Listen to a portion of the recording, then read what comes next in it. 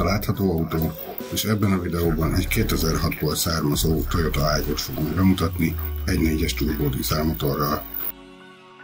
Igazi kis városi fickándozó, ezüstmetál színben, és a méretéhez képest meglepő módon 5 ajtós kialakítással.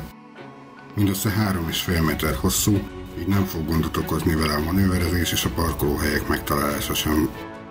A csomagtere éppen elegendő egy átlagos bevásárláshoz, de legalább az utastérben megfelelő mennyiségű helyet kapunk elől biztosan, rövidebb utakat pedig hátul is ki lehet bírni. Aygo szinten viszonylag jól felszerelt, kapunk 4 légzsákot, elektromos elsőablakokat, szervókormányt, központi zárat, légkondicionálót. Sajnos a japán autóhoz szokott szemnek nem újdonság a hátsó kerékdobokban megült sár okozta küszöbvégi korrózió sem. Gyenge pontja még a rozsda mellett a kerékagysapágyak elkopása, elhasználódása. Ezen a bal első új, a jobb elsőn pedig nagyjából a nagyon fülelünk, ilyen 60 km/h sebesség környékén lehet hallani, hogy majd előbb-utóbb cseréjéret lesz. A bal első lengő karjánál lévő gömbcsukrónál már hallatszik némi kopogás. Az egyik viszonylag jó áru autós webáruházban 14-15 ezer forintot kóstál, a kerékagysapágyak is nagyjából 15 ezer forintos áron kaphatóak az autóhoz. Itt ugye jelen pillanatban egy jobb elsőnek a cseréjéről van szó. Az első generációs Toyota Aygo 1 millió forint alatt kezdődik a piacon, de ebbe a klíma nélküli, tekerős ablakos, szervokormány nélkülöző példányokat kell beleérteni.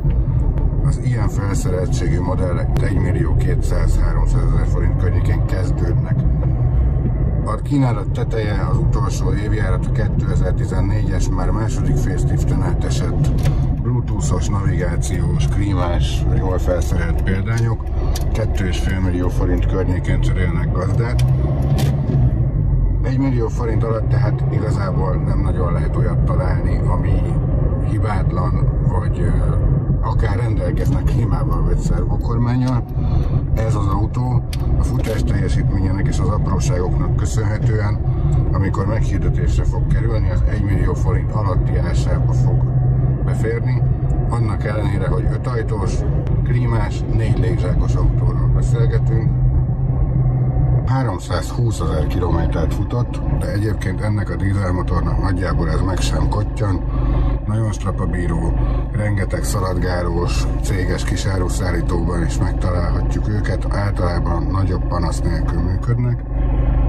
Ami jellemző rá is, mint az összes többi kicsit sokat futott társára, hogy a tömítések öregecskék és nagyon kicsi kis olajpárát azért átengedgetnek.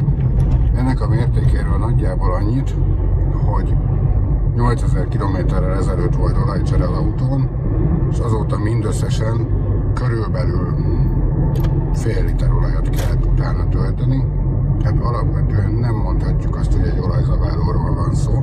Nyilvánvalóan egy 320 ezer kilométert futott 19 éves dízelmotortól ne várjuk azt, hogy olyan üzeme lesz, hogy bevezetjük a kipufogó gázfrissd levegő gyanát a hálószobánkba, de nem mondhatni azt, hogy meg lehet a környezetében vakulni vagy fulladni.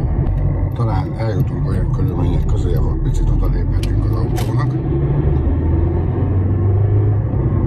No, ez a hang, de alapvetően egyébként a gyorsulása a legérdekesebb, hogy 54 lóerejéhez képest nagyon jól cibálja ezt a kis karosszériát.